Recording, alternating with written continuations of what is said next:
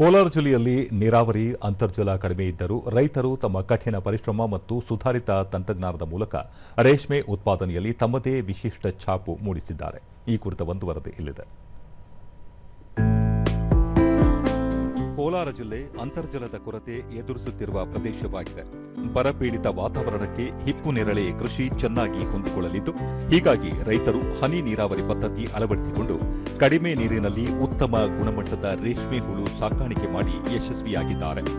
ಈ ಭಾಗದ ರೇಷ್ಮೆ ಕೃಷಿ ಕೇವಲ ಉಪಕಸುಬು ಮಾತ್ರವಲ್ಲದೆ ಗ್ರಾಮೀಣ ಜನರ ಆರ್ಥಿಕತೆಯ ಬೆನ್ನೆಲುಬಾಗಿದೆ. ಕಡಿಮೆ ಮಳೆ ಬೀಳುವ ಮತ್ತು ಅಂತರ್ಜಲದ ಮಿತಿ ಇರುವ ಪ್ರದೇಶಗಳಲ್ಲಿ ನೀರಿನ ಲಭ್ಯತೆ ಹಾಗೂ ಕೃಷಿ ನಿರ್ವಹಣೆಗೆ ಅನುಗುಣವಾಗಿ ರೈತರು ವಿಭಿನ್ನ ಪದ್ಧತಿ ಆಯ್ಕೆ ಮಾಡಿಕೊಂಡಿದ್ದಾರೆ. ರೇಷ್ಮೆ ಕೃಷಿಯಲ್ಲಿ ಹಿಪ್ಪು ನೇರಳೆ ಬೇಸಾಯದ ವೇಳೆ ಗಿಡ ನೆಡಲು ಮುಖ್ಯವಾಗಿ 3 ರೀತಿಯ ಪದ್ಧತಿ ಅಳವಡಿಸಿಕೊಂಡಿದ್ದಾರೆ. ಅವುಗಳೆಂದರೆ ಸಾಲು ಪದ್ಧತಿ, ಮರ ಪದ್ಧತಿ ಮತ್ತು ಗುಣಿ ಪದ್ಧತಿಯಿಂದ ಹಿಪ್ಪು ನೇರಳೆ ಕಡ್ಡಿ ಅಥವಾ ಸಸಿಗಳನ್ನು ನಿಗದಿತ ಅಂತರದ ಸಾಲುಗಳಲ್ಲಿ ನೆಡಲಾಗುತ್ತದೆ. ಪ್ರಸ್ತುತ ಆಧುನಿಕ ರೇಷ್ಮೆ ಕೃಷಿಯಲ್ಲಿ ಇಲಾಖೆಯು ಜೋಡಿ ಸಾಲು ಪದ್ಧತಿಯನ್ನು ಹೆಚ್ಚಾಗಿ ಅಳವಡಿಸಿಕೊಂಡಿದ್ದು, ಹಿಪ್ಪು ನೇರಳೆ ಗಿಡವನ್ನು ಸಣ್ಣ ಪೊದೆಯಂತೆ ಬೆಳೆಸದೆ ನಿರ್ದಿಷ್ಟ ಎತ್ತರದವರೆಗೆ ನೇರವಾಗಿ ಬೆಳೆಸಿ ದೊಡ್ಡ ಮರದ ಆಕಾರವನ್ನು ನೀಡಲಾಗುತ್ತದೆ. ಇದನ್ನು ಸಾಮಾನ್ಯವಾಗಿ ಜಮೀನಿನ ಬದುಗಳಲ್ಲಿ ಬೆಳೆಸಲಾಗುತ್ತದೆ. ಇದು ಸಾಂಪ್ರದಾಯಿಕ ಮತ್ತು ಅತ್ಯಂತ ಜನಪ್ರಿಯ ಪದ್ಧತಿಗಳಲ್ಲಿ ಒಂದಾಗಿದೆ. ಇಲ್ಲಿ ನಿಗದಿತ ಅಂತರದಲ್ಲಿ ಚೌಕಾಕಾರದ ಗುಣಿಗಳನ್ನು ತೋಡಿ ಅದಕ್ಕೆ ಕೊಟ್ಟಿಗೆ ಗೊಬ್ಬರ ತುಂಬಿ ಸಸಿ ನೆಡಲಾಗುತ್ತದೆ. ರೇಷ್ಮೆ ಕೃಷಿಯಲ್ಲಿ ಮಹಿಳೆಯರ ಪಾತ್ರ ಅಪಾರವಾಗಿದ್ದು, ಹಿಪ್ಪು ನೇರಳೆ ಎಲೆ ಬಿಡಿಸುವುದು, ಹುಳುಗಳಿಗೆ ಆಹಾರ, ಗೂಡು ಬಿಡಿಸುವ ಕೆಲಸಗಳಲ್ಲಿ ಸಕ್ರಿಯವಾಗಿ ತೊಡಗಿಸಿಕೊಂಡಿದ್ದಾರೆ. ಇದರಿಂದ ಗ್ರಾಮೀಣ ಮಹಿಳೆಯರಿಗೆ ಸ್ಥಳೀಯ ಉದ್ಯೋಗ ದೊರೆತು ಆರ್ಥಿಕವಾಗಿ ಸಬಲರಾಗಿದ್ದಾರೆ. ಮುಂದಿನ ದಿನಗಳಲ್ಲಿ ಹವಾಮಾನ ವೈಪರೀತ್ಯ ಮತ್ತು ಮಾರುಕಟ್ಟೆ ಬೆಲೆ ಏರಿಳಿತ ಎದುರಿಸಲು ರೈತರಿಗೆ ತಾಂತ್ರಿಕ ತರಬೇತಿ, ವೈಜ್ಞಾನಿಕ ರೋಗ ನಿಯಂತ್ರಣ ಪದ್ಧತಿ, ಸ್ಥಿರವಾದ ಬೆಂಬಲ ಬೆಲೆ ಅಗತ್ಯವಿದೆ. ಸಾಂಪ್ರದಾಯಿಕ ಶ್ರಮದ ಜೊತೆಗೆ ಆಧುನಿಕ ತಂತ್ರಜ್ಞಾನ ಮತ್ತು ಸರ್ಕಾರದ ಪ್ರೋತ್ಸಾಹ ದೊರೆತರೆ ಮುಂದಿನ ಪೀಳಿಗೆಗೆ ಲಾಭದಾಯಕ ಉದ್ಯಮವಾಗಿ ಹೊರಹೊಮ್ಮುವುದರಲ್ಲಿ ಯಾವುದೇ ಸಂಶಯವಿಲ್ಲ. ದೂರದರ್ಶನದೊಂದಿಗೆ ರೇಷ್ಮೆ ಬೆಳೆಗಾರ ರಮೇಶ್, ತಮ್ಮ 2 ಎಕರೆ ಜಮೀನಿನಲ್ಲಿ ಮರ ಪದ್ಧತಿ ರೇಷ್ಮೆ ಮಾಡಲಾಗಿದೆ. ರೇಷ್ಮೆ ಕೃಷಿಯಲ್ಲಿ ಅಧಿಕ ಖರ್ಚು ಬರುತ್ತಿದ್ದು, ಸರ್ಕಾರದಿಂದ ಸಾಕಷ್ಟು ಸೌಲಭ್ಯಗಳು ದೊರೆತಿರುವುದರಿಂದ ಅನುಕೂಲವಾಗಿದೆ ಎಂದು ಹೇಳಿದರು. ರೇಷ್ಮೆ ಬೆಳೆಗಾರ ಛಲಪತಿ, ಮೊದಲು ಸಾಲು ಪದ್ಧತಿ ಇಳುವರಿ ಸರಿಯಾಗಿ ಬರುತ್ತಿರಲಿಲ್ಲ. ಹೀಗಾಗಿ ನಾವು ಮರ ಪದ್ಧತಿಯನ್ನು ಅಳವಡಿಸಿಕೊಂಡಿದ್ದು, ಪ್ರತಿ ತಿಂಗಳಿಗೆ 3 ಬ್ಯಾಚ್ನಂತೆ ಹುಳು ಸಾಕಾಣಿಕೆ ಮಾಡುತ್ತೇವೆ. ಇದರಿಂದ ಗುಣಮಟ್ಟದ ಉತ್ಪಾದನೆ ಆಗುತ್ತಿದೆ ಎಂದರು. ಮರ ಪದ್ಧತಿ ಅಂತ ಗಿಡಕ್ಕೆ 3 ಅಡಿ, ಸಾಲಿನ ಸಾಲಕ್ಕೆ 9 ಅಡಿ ಮಾಡಿ ಸರ್. ಸ್ವಲ್ಪ ಚೆನ್ನಾಗಿ ಮೇಂಟೆನೆನ್ಸ್ ಹೋದ್ರೆ ಕ್ವಾಲಿಟಿ ಬರುತ್ತೆ ಸರ್. ಗೊಬ್ಬರದೊಂದು 25,000 ಕೊಟ್ರ, ಡ್ರಿಪ್ಪಿಂದ 50,000 ಬಂತು ಸರ್. ಅಲ್ಲೇನು ಕೇಳಿದ್ರೆ ಅವ್ರು ಕೊಡ್ತಾರೆ ಸರ್, ಇಲ್ಲ ಅಂತ ಹೇಳಿಲ್ಲ. ಅಲ್ಲೇನಿದೆ ಅದು ಕೇಳಿ ನಾವು ಕೊಡ್ತಾರೆ ಸರ್. ಪಂಪ್ ಕೊಟ್ಟಿದ್ದಾರೆ, UPS ಕೊಟ್ಟಿದ್ದಾರೆ ಸರ್.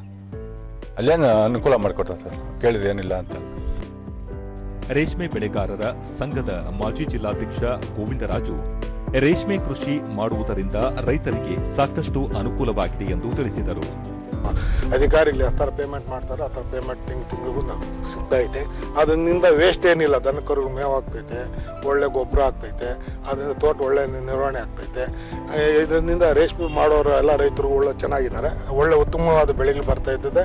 ಅದರಿಂದ ರೈತರು ರೇಷ್ಮೆ ಬೆಳೆಯೋರ ಫ್ಯಾಮಿಲಿಗೂ ಚೆನ್ನಾಗಿದೆ. ಮಕ್ಕಳ ಎಜುಕೇಷನಲ್ಲಿಯೂ ಇನ್ನೊಂದು ಪ್ರತಿಯೊಂದಿಗೂ ಅನುಕೂಲ ಆಗೋದ್ರಿಂದ ರೇಷ್ಮೆ ಬೆಳೆಗಾರರಿಂದ ಒಳ್ಳೆಯ ರೇಷ್ಮೆ ಬೆಳೆಯಿಂದ ಒಳ್ಳೆ ಅನುಕೂಲ ಆಗ್ತಾ ಇದೆ. ಸ್ಥಳೀಯರಾದ ಅನಂತರಾಮ್, ರೇಷ್ಮೆ ಕೃಷಿ ಕೇವಲ ರೇಷ್ಮೆಗೆ ಮಾತ್ರ ಸಂಬಂಧಿಸದೆ ಇತರ ಕಸುಬುಗಳಿಗೂ ಪೂರಕವಾಗಿದೆ. ರೇಷ್ಮೆ ಕೃಷಿಯಲ್ಲಿ ಬಂದ ತ್ಯಾಜ್ಯವನ್ನು ಹಸು, ಮೇಕೆ, ಎಮ್ಮೆಗಳಿಗೆ ಹಾಕುವುದರಿಂದ ಹೈನೋದ್ಯಮ ವೃದ್ಧಿಯಾಗುತ್ತಿದೆ. ಇದರಿಂದ ಎಂದರು.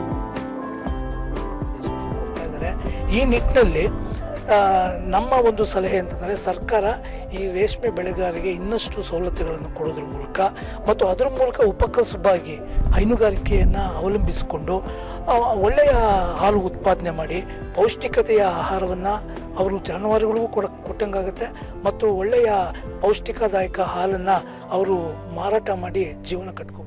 ರೇಷ್ಮೆ ಇಲಾಖೆ ಕೋಲಾರ ಜಿಲ್ಲಾ ಉಪನಿರ್ದೇಶಕ ಆಂಜನೇಯ ರೆಡ್ಡಿ, ಜಿಲ್ಲೆಯಲ್ಲಿ ಸಾಕಷ್ಟು ರೇಷ್ಮೆ ಬೆಳೆಗಾರರು ಇದ್ದು ಇಲಾಖೆಯಿಂದ ಸಾಕಷ್ಟು ಸೌಲಭ್ಯ ಪಡೆದುಕೊಂಡು ಆರ್ಥಿಕವಾಗಿ ಮುಂದೆ ಬರುತ್ತಿದ್ದಾರೆ ಎಂದು ತಿಳಿಸಿದರು.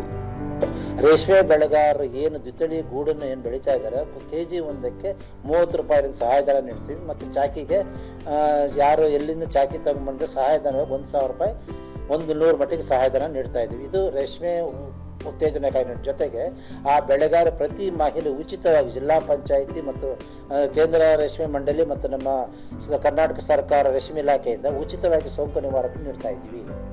ಒಟ್ಟಾರೆ ಮನಸ್ಸಿದ್ದರೆ ಯಾವುದೇ ಕಠಿಣ ಕೆಲಸವನ್ನು ಮಾಡಬಹುದು ಎನ್ನುವುದಕ್ಕೆ ಕೋಲಾರ ಜಿಲ್ಲೆಯ ರೈತರು ಹಿಪ್ಪು ನೇರಳೆ ಬೆಳೆದು ಆರ್ಥಿಕವಾಗಿ ಸಬಲರಾಗುತ್ತಿರುವುದು ಸಾಕ್ಷಿಯಾಗಿದೆ.